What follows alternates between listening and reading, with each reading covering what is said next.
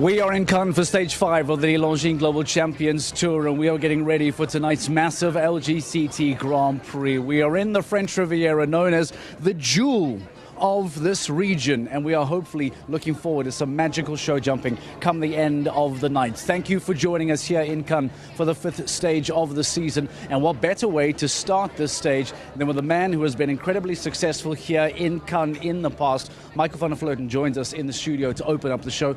Michael, this must be a very happy hunting ground. You must be very happy to always return to the city of Cannes. Yeah, exactly. I must say, somehow I really enjoy being here every year. The horses, they feel very well here, and for us as a rider, it's a very relaxed place to compete. And I must say, looking back in the past, I've been here for many years, and I could do some great things here in the past. So from that point, I've been lucky a couple of times here.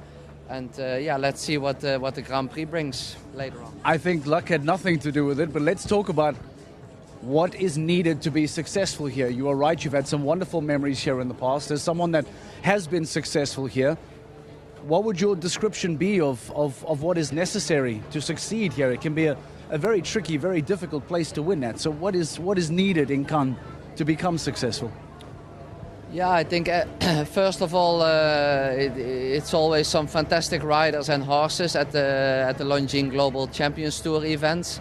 So you definitely need fantastic horses, competitive horses, who also want to win as much as myself. Every venue has a special type of, you know, you have grass arena, sand arena. If you see, like here in Cannes, it's all very delicate, like very light jumps. So that means you need a very sharp horse that really pays attention at the jump, who is very careful, who tries to leave the rails on top. And beside that, you need very quick horses to on the end get the best time, you know, to be on top of the leaderboard. When I see Michael van der Vleuten on a team sheet or on a start list, and I know that Beauville is in town, I expect that to be the combination. You've gone for O'Bailey tonight. Can you talk to us about the decision behind having Beauville here but opting for O'Bailey instead? Yeah, okay. We also have to look every time. Yeah, we live at the moment, and what I felt the last couple of weeks, that Beauville was actually a little bit in a, let's say, not in the way he is normally, in good shape. You know, I missed something on him, and that took me a couple of weeks to find out a bit what was actually the main problem. So we tried to solve that, and I must say, I think we are really on the right way to get him back to the biggest Grand Prix. But he had a few weeks off. Last week he jumped his first show, and I think we showed last Thursday that we actually are back in shape, winning the first team round here in Cannes.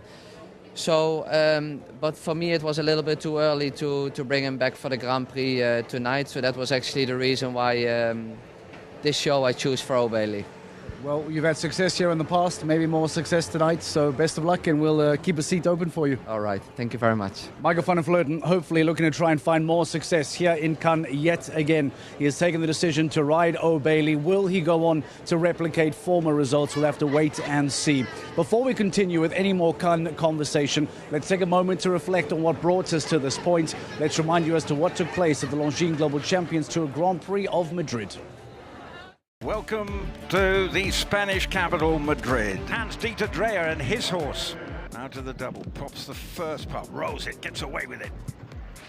And he's clear for this young lady from Greece, Julie Miteleneou. She's got a real chance. Can she kick on? This could be a landmark moment for the lady from Greece. Oh my word! Thank you very much. 34 seconds dead. That is stunning. Peter Devos. He's been round the block, he knows what he needs to do.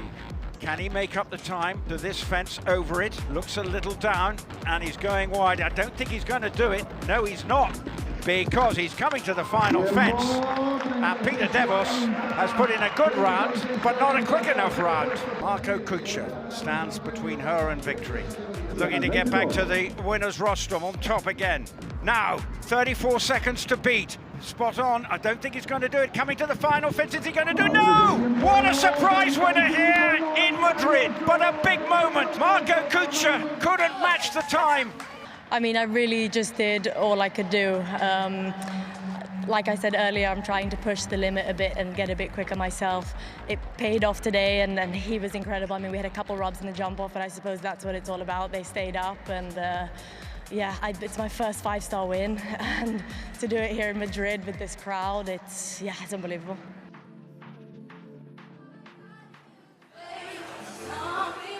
What a result for Joli Mitlineo. What a result for her. Her first ever Longines Global Champions Tour Grand Prix win, to do it on that massive grass ring in Madrid. It will forever be her first, and I imagine that many people will be feeling like that is the first of many to come in a very, very promising career. What is the impact of Madrid now? That is the next question. If we take a look at the overall rankings, how has the outcome of Madrid affected that overall ranking now coming into Cannes on stage 5?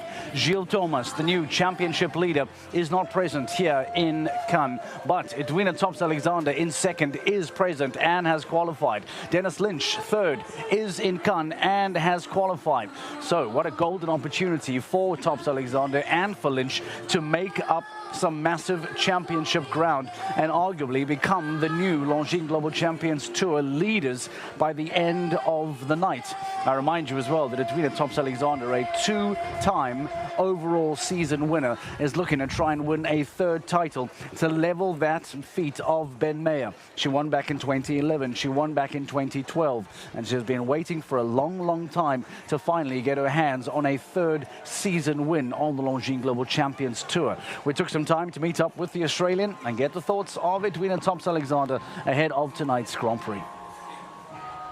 You've so many memories here in Cannes. Some even call you the Queen of Cannes.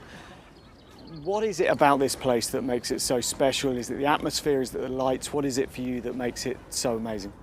Obviously, having great shows here makes it really, really special, and I think it's quite cozy, you know. And on top of that, it's a different size ring to a lot of the rings that we're used to riding in. It's almost kind of a square-shaped ring, which really makes the lines different. The fences come up quite quick. The lines ride different to how they walk, and sometimes they look so different with other horses than how they feel with your own. So there's a lot of elements involved, and I think it's one of the toughest Grand Prix of the tour, actually. With one rider dropping out, you sneak into the Grand Prix. Now mentally, how do you prepare for an LGCT Grand Prix back here in Cannes? It's not easy because I know I'm going to be the first to go, so you're always at a huge disadvantage. But I do my own track. I ride it the way I'm going to walk it. I prepare myself mentally in the same way as I always would, and I'll have the best ground. Maybe I'll have different lighting, and you just go in there and give it your maximum. Lighting-wise, how important do you think that will be through the class? Yeah, look, the lights are very good here, for sure, but I think at 8 o'clock when it starts tomorrow night, it'll be still a little bit light. So I think my horses are good anyway under lights, you know. Probably it's okay to give them something to look at anyway. But yeah, look, I think that's definitely an advantage, possibly. I have to think of the pros and cons, but at the end of the day, I'm number 1 to go, and I just have to go in and ride my plan and stick to my plan as much as possible and do the best I can. It's a long season in the LGCT Championship. You've won it twice before. You could equal Ben Mayer's record of 3 this season if you win it again. How much is that in your mind? How much is it affecting your mindset through the season, if at all? Yeah, look, I take it show by show. Of course, it's an achievement that I want to have, and I want to get there. And but you can only do as much as you can, and I don't have as much horsepower maybe as I did then, and so I have to really pick and choose and try to do the best I can on those days, which makes it not as easy. But it is what it is, and I have to be very good on those days and try to get the best results. So just lastly, with the improvements that you've flagged from the previous rounds and just qualifying, realistically, what are your hopes and your aims for the Grand Prix? I mean, my aim is to jump double clear. My hope is to be in the middle of the podium, and then everything will be great. In an update to the Edwina Tops-Alexander story, the good news for her is that she's a little bit later to go. She is no longer the first rider out the gate. She will now be going third tonight. So does it make a big difference from 1 to 3? Perhaps not, but I don't think anyone really wants to be first. That now belongs to Jörg Frieling. He will be the first man to go. Gregory Cotard will be second. Edwina Tops-Alexander now once again looking for another crown in Cannes, will be the third rider to go later on tonight. Now, in a city that is famous for its cinema, in fact, the famous film festival that takes place just down the shoreline, very, very close to the venue here, we figured that it would be incredibly important to take some moments and speak to the riders about their world, their life in cinema. Let's take a look. Comedy. I like Grimmies. Probably comedy. Comedy. I prefer action. Action, especially before riding, that keeps you awake. Drama, but I need a good ending. My favorite movie is Lion. I would say the Inception. My cousin Vinny. Harold and Maude. Gladiator. Shutter Island. I love all the Marvel movies. Creed 2. Never-ending story. Many years later I watched it again and I couldn't understand why I was so much into it. Brad Pitt. I'll come back to that one. I wish somebody from James Bond maybe. I think my father could do it very well. Keira Knightley. She's like really perfectionistic, and I'm that way as well. Nicole Kidman. Maybe Uma Thurman. Halle Berry. Ashton Kutcher, no? Well, it seems like the majority of the show jumping world are some pretty big film heads, but the big question then is, who then is going to make cinema here tonight inside this famous show jumping arena? Who then is going to be the main movie star later on this evening by the time tonight's Longines Global Champions Tour Grand Prix comes to a close? I'll tell you who was a big box office sensation in 2024, and that was Thibaut Spitz. The young Belgian at the time may not have won the Grand Prix, but finishing fourth last year here in Cannes, many view that as the real springboard to what proved to be the best year of his career. From there on, landed up producing fantastic results, won the LGCT Grand Prix of Riesenbach later that year, but attributes that performance here in Cannes as a real springboard to his career. We took some time to meet up with Thibaut Spitz to get his thoughts on jumping in Cannes.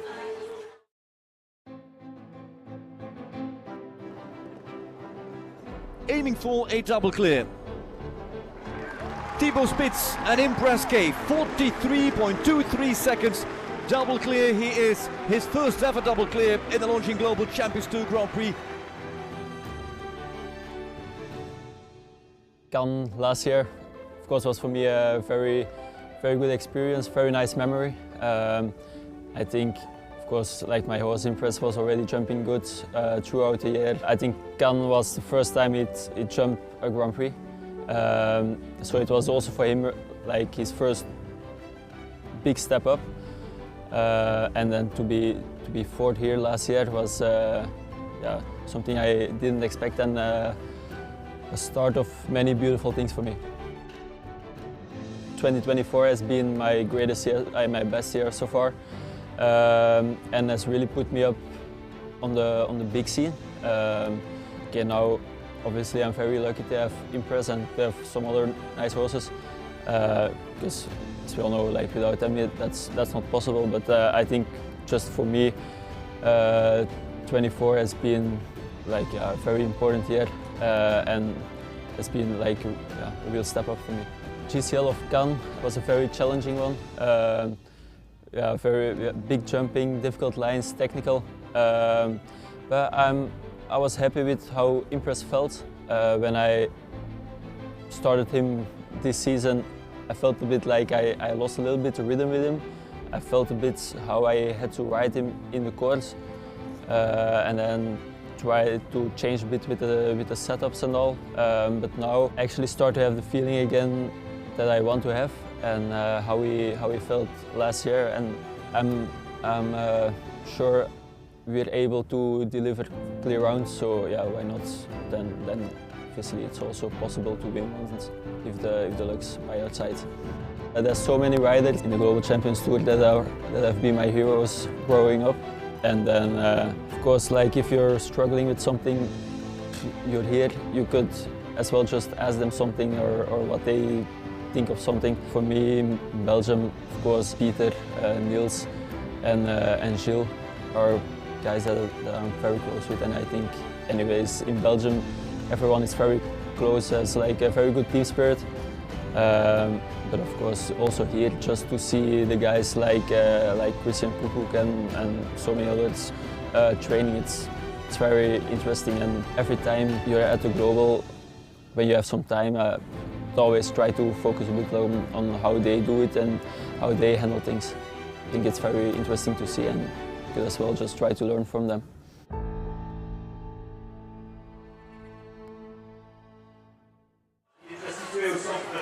Thibaut Spitz famously walking down the marina up to the Cannes Arena here, hoping to replicate that wonderful form that we saw in 2024. Let's cross the dance range for the first time tonight. Live in the ring, getting some reaction. I believe Andreas Skau is standing by. Dan, let's get some thoughts from Andreas.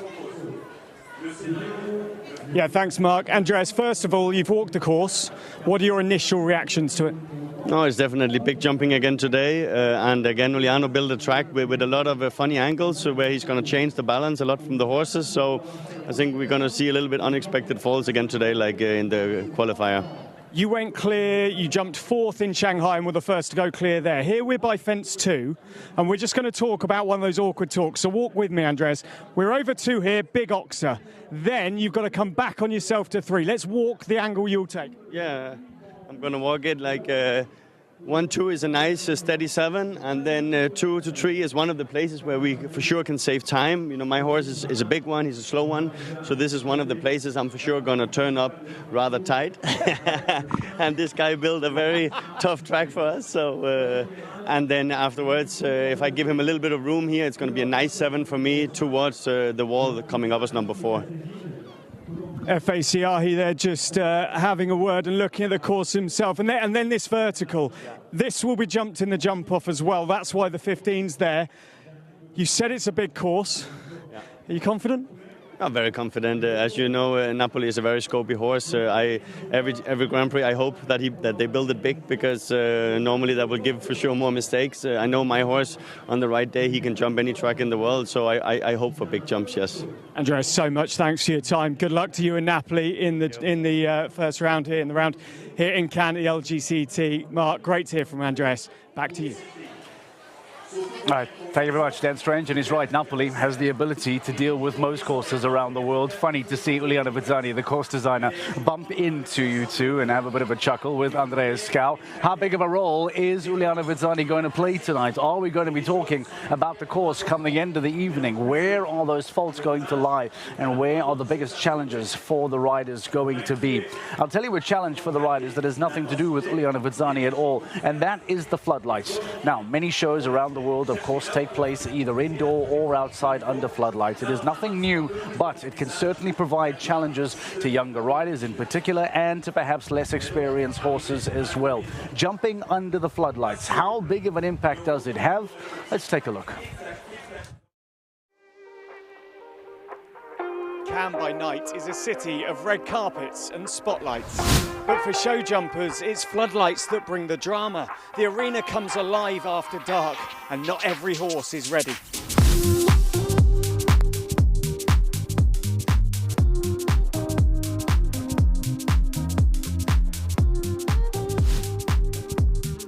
Well, it could go wrong with lights and without, that's for sure. Like it's a challenge every time for us, but yeah, I think like many horses get really shy with the Liverpools. They get really small, and of course they get a little bit shy on the jump. For example, Dourados, the bigger atmosphere, lights, night, better for him. It makes him much more.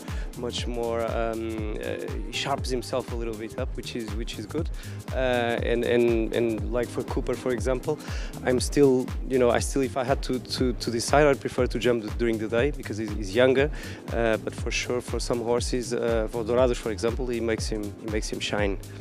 Every single time it's exciting, I have to say. I feel like it's something special for the crowd, but also for the horses, so it's not for every horse quite easy. And I have to say, especially my one is also very sharp under the lights. That's why I picked actually this class as a preparation for the Grand Prix tomorrow.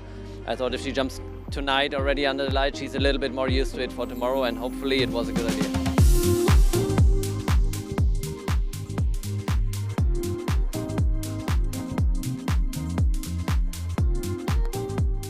Normally you always start, or you want to start as small as possible under the lights, which is not so easy because normally the night classes are the big classes. Of course, we kind of find some smaller shows, 3-4 star, that we could jump those smaller classes with younger ones, and they could get used slowly to these events.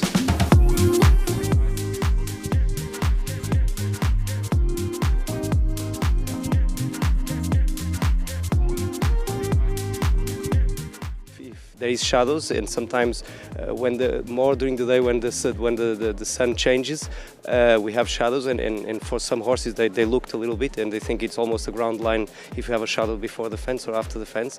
But here the light is good, so I don't think we have to deal with that. Yeah, I like it honestly. I don't know, it's kind of a little bit more exciting. Like the people, the crowd is more excited. I have the feeling. It's always something special. I don't know, it's maybe hard to explain, but I like it.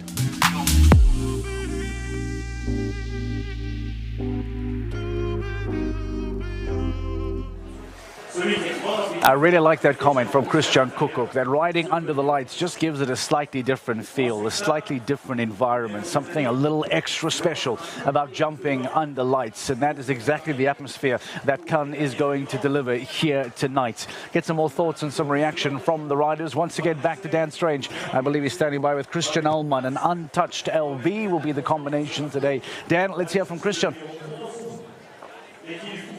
Yeah, Mark, it's the Grand Prix of the Christians, going from Kukuc to Ullmann, multiple LGCT Grand Prix winner. Christian, you've been studying the course, which is up on the final fence here. What's your view of what Uliano's put out for you today? Yeah, I walked the first round. I think it's very big. It's also some different lines we don't have normally, like really tricky lines here with the oxa into the double. Then we have a strange way from the plank to the triple. Some fences come really quick, and then we have long lines again. So I think we don't see many clears today. How do you think it will suit Untouched LB? You ride Untouched LB today. Not many clear rounds at this level for that horse. How will it suit him? Oh, that's difficult to say. We are still in the very beginning of the career. He is a fantastic horse. He's only 9. He jumped very few five-star Grand Prix, but he still needs a lot of experience. We try our best today. He's able to jump clear in the right moment, but it's still no computer, and it's still not that we know more or less what we're gonna have. It's really suit him or not. He's a fantastic horse, and as a rider I have to try my best, and then I think we have a chance. It's a compliment to Untouched LB that at 9 you're testing him in a Grand Prix, because to people from outside the sport, maybe watching for the first time, it's rarer for younger horses like that to jump at this level. Yes, it's the beginning of the career. He did like youngster classes when he was 7 and 8. Did some 45, 150 classes, and then now at the end of the indoor season we had the first Grand Prix. And we started outside, and now we have the second or third Grand Prix, big Grand Prix in his life. So this is really tough class, not only for him, I think for all the horses here tonight. So it's a big thing for us. But like I said, he has amazing scope and quality, and I hope as a rider I do right today, and then we have a chance. Christian, thanks so much for your time. I know you're itching to go off and finish walking the course. Thank you, Christian Ullmann. Good luck to him and Untouched LB. It's a massive course down here, as Christian said. He's got a good chance, but very much on young Untouched LB.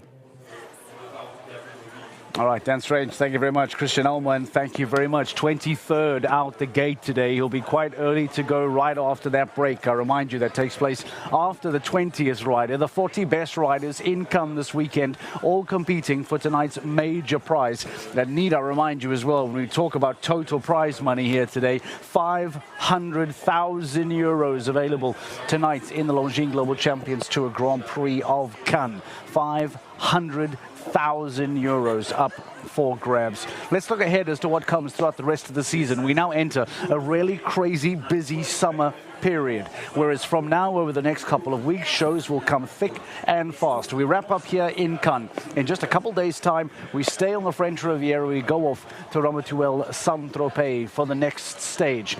We then head off to Paris. We go back to the Champ de Mars with the iconic Eiffel Tower right alongside us. And then, once again, back to Nice, once again to the French Riviera for the incredibly popular Grand Prix that takes place in Monaco. All of those shows, all of those stages, highly sought after, tickets in high demand, sold out shows as well. So make sure that you are starting to put these shows down on your calendar. Make sure that you can give that opportunity to yourself to make sure that you can come through and check out all of the Longines Global Champions Tour Grand Prix action. It goes beyond Monaco, of course, as we then head into Valkenswaard, into Riesebeck, into London, into Rome, into Riyadh, and of course the rest of the shows throughout the year as well. It is a fascinating season, and we hope that you will join us as we give you a ticket to see the world through the eyes of this incredible show jumping machine that is designed to bring together the best show jumpers throughout the entire world every single week to the most iconic, beautiful destinations that you see right there in front of you. What a city and what a coastline here in Cannes as we get ready for the upcoming 5th stage of the Longines Global Champions Tour Grand Prix. We are almost ready. The riders are almost ready, and we are preparing to go through to the start of tonight's Grand Prix. The 40 best riders, 500,000 euros up for grabs. And I promise you one thing, by the time the lights go on, by the time this late sunset eventually falls, it is going to be magic. It is going to be cinema. It is going to have a red carpet feel. Dan Strange, red carpet, you would expect nothing less here in the city of Cannes, correct? Very much so, Mark. They're lined up, waiting to get their champagne, get their drinks, get their food, and then take their seats ready for, of course, the LGCT Grand Prix of Cannes 2025. Of course, Jana Frederica Meyer-Zimmermann won in 2024. Now, what you'll see as we come round into one of the stunning lounges here on the Global Champions Tour, it's packed. The lounges are packed, but also the grandstands off in the distance are sold out too. That's because here on the Côte d'Azur, the Global Champions Tour, the LGCT Grand Prix are so popular. It's the hottest ticket in town. It's not just here about film stars. It's also about the show jumping. Now, of course, first in a few moments' time will be Jurg Vrieling. The Dutchman has been really successful on this tour before. Last in the arena tonight, 40th to go, will be Simon Delestre. The Frenchman, no doubt, will enter the arena to raptures. Can he go clear? Giuliano Vezzani again has built a phenomenal course. Look at everyone in here. Look at everyone as the sun is setting behind us in Cannes. They're all ready. It's cooling down a touch. It's still a warm evening, but this is going to be a red-hot LGCT Grand Prix because Cannes always is. Last year, Jana Frederica Meyer-Zimmermann lit up Cannes, and this year, under the floodlights, who will it be? Emanuele Camilli, he won, of course, in Mexico, the only winner this year to be going in the Grand Prix tonight. He rides 6th, and it will be fascinating to see. Can he make the jump off? Can he, Mark, win for a second time? Mark, it's a stunning area around here, and it's absolutely packed. All right, Dan Strange, thank you very much. We'll let you go. I'm not sure if he's standing in line for some champagne as well. Perhaps he is. And if you are Dan Strange, come and bring some champagne through to the studio as well. He talks about that start list, and he mentions Simon de Lestre as being the last rider out of the 40 to go. Let me take you through just very quickly some of the last few names that are on the start list here tonight. Lorenzo De Luca, an LGCT Grand Prix winner in Falkenswaard last year. We have Duarte Abra winning the Global Champions League with the Saint-Tropez Pirates earlier on this week. You have Michael van der Vleuten, who we had in the studio earlier on, winner here in Cannes. We have Harry Smulders, a former LGCT overall championship winner. And then Simon de Lestre, the best qualifying rider from the weekend, who is the last man to go. And that, ladies and gentlemen, are rather just the last 5 or 6 riders on this start list. The entire start list from 1 to 40 is absolutely jam-packed with stars, absolutely jam-packed with winners, and absolutely jam-packed with champions. The big question now simply becomes, of these 40 riders, which of them is going to be the best tonight? Who then takes the crown away from Jana Frederica Meyer-Zimmermann from 2024? She is not competing. And let's not forget as well that Gilles Thomas is not here, the championship leader. Dennis Lynch, Edwin Tops Alexander, they are both here and have the opportunity to become the new championship leaders by the end of the night. It all starts right now. Ladies and gentlemen, the Longines Global Champions Tour Grand Prix of Cannes is next.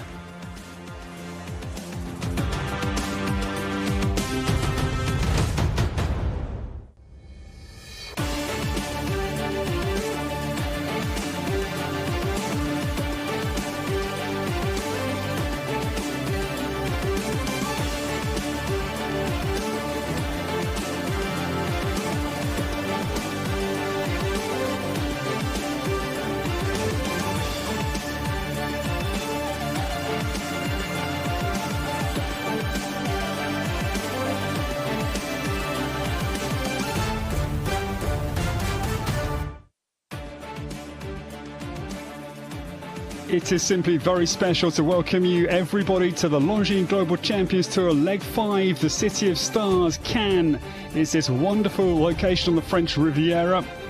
We have been coming here since 2006, so 17 former editions. And the names that have won this class, the combinations, are some of the best we've ever had in world show jumping. 2008, Meredith Michaels-Beerbaum won here with Shutterfly. Only 2 riders have won here twice.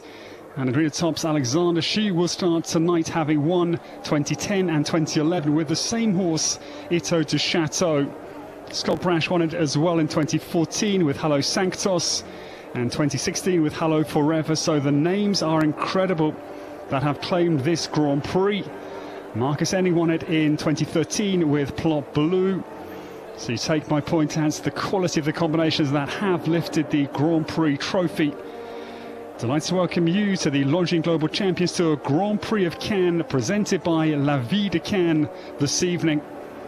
The prize purse is enormous. It is a €500,000 total fund, and of that amount it will be €125,000 to go to our champion. The start field is impressive once again. We've had 4 separate winners on the Longines Global Champions Tour Grand Prix so far this year. Abdul Said won the opener. We then had the great win. Emanuela Camilli won in Mexico City. Shanghai went to Scott Brash, and the last leg, Yoli Mitsulineo. We will have Michael van der Vleuten starting tonight. He won here 2 years ago in 2023. And what a start field it is that assembles here on the French Riviera. This is a world ranking class of the highest order. AA points are available tonight. It's a weighted system, and the most important Grand Prix globally are AA classes, with the biggest number of points on offer for the leading combinations this evening. And also the added interest is that it is a minimum eligibility requirements competition, as riders try to qualify for the European Championships later this year in La Coruña and for the Worlds in Aachen next year. Well, Gilles Thomas, he was second and behind Scott Brash in Shanghai. And he is our leader after 4 legs, 87 points.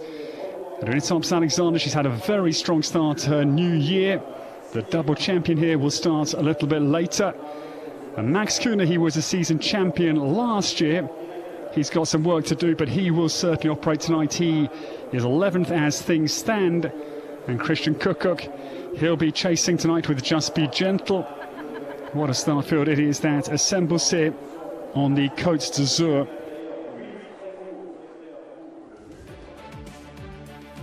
Now the course of Ilyana Vetsani, we take you around this massive Grand Prix track for the Longines Global Champions Tour of Cannes this evening. This is the Stade des Hespérides.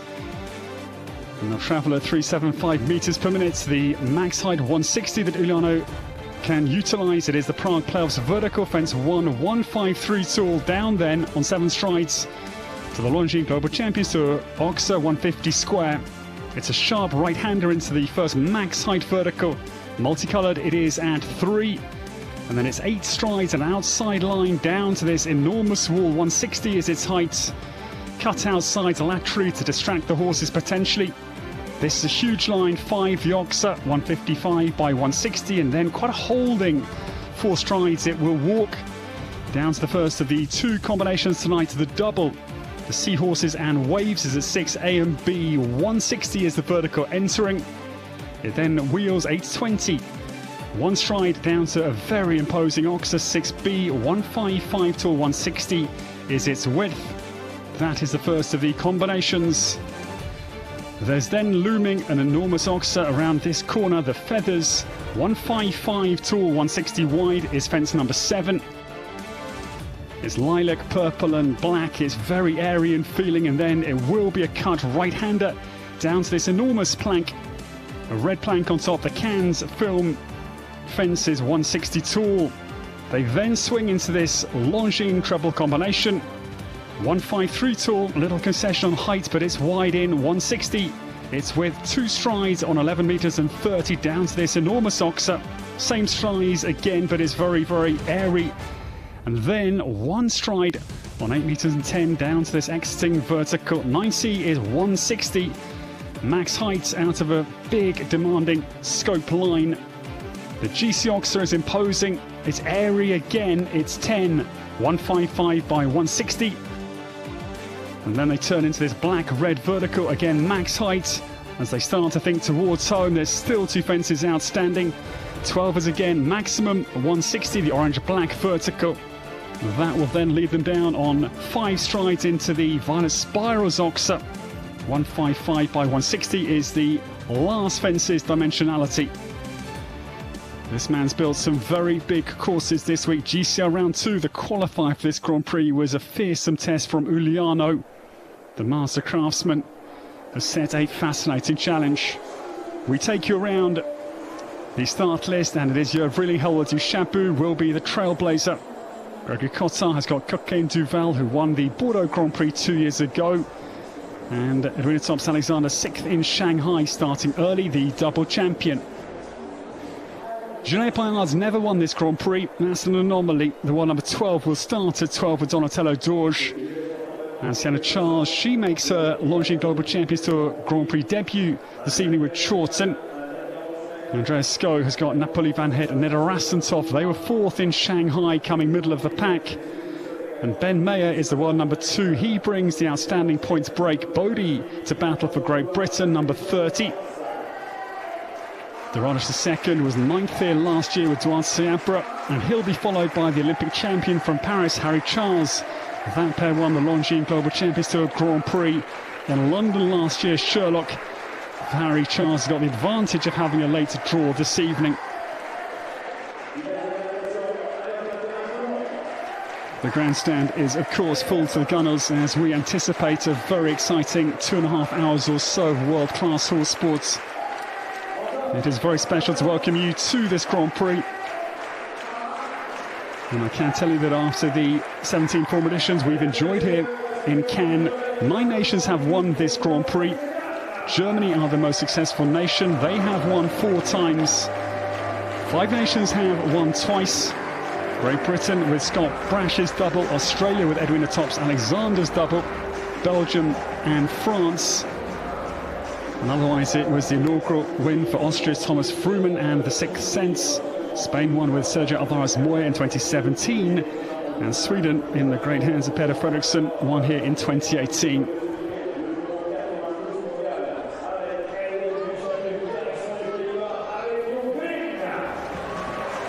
The trailblazer of the Longines Global Champions Tour Grand Prix of Cannes tonight, presented by La Ville de Cannes. We welcome Jörg Vrilling will show us the way around this imposing course that Uliano Vetsani has set.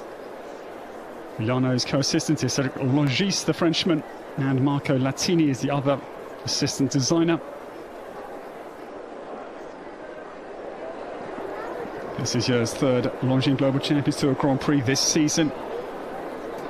He jumped this horse in Mexico City for leg 2, and they were 39th in that Grand Prix. Helwal du Chabout is our trailblazer. They had a very good win, but already an early mistake. The front bar of the Longines Global Champions Tour Oxa is on the Cannes surface, I'm afraid. The brick out of the wall is a second blemish for Jörg Vrilling. They had that very good win in Shanghai, the Baojun 145 competition. Third mistake entering that very serious straight line between 5 and 6A and B.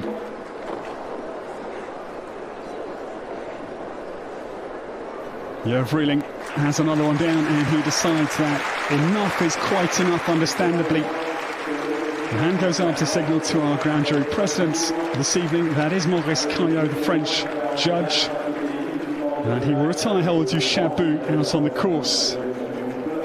Tough start to the Longines Global Champions Tour Grand Prix of Cannes for 2025.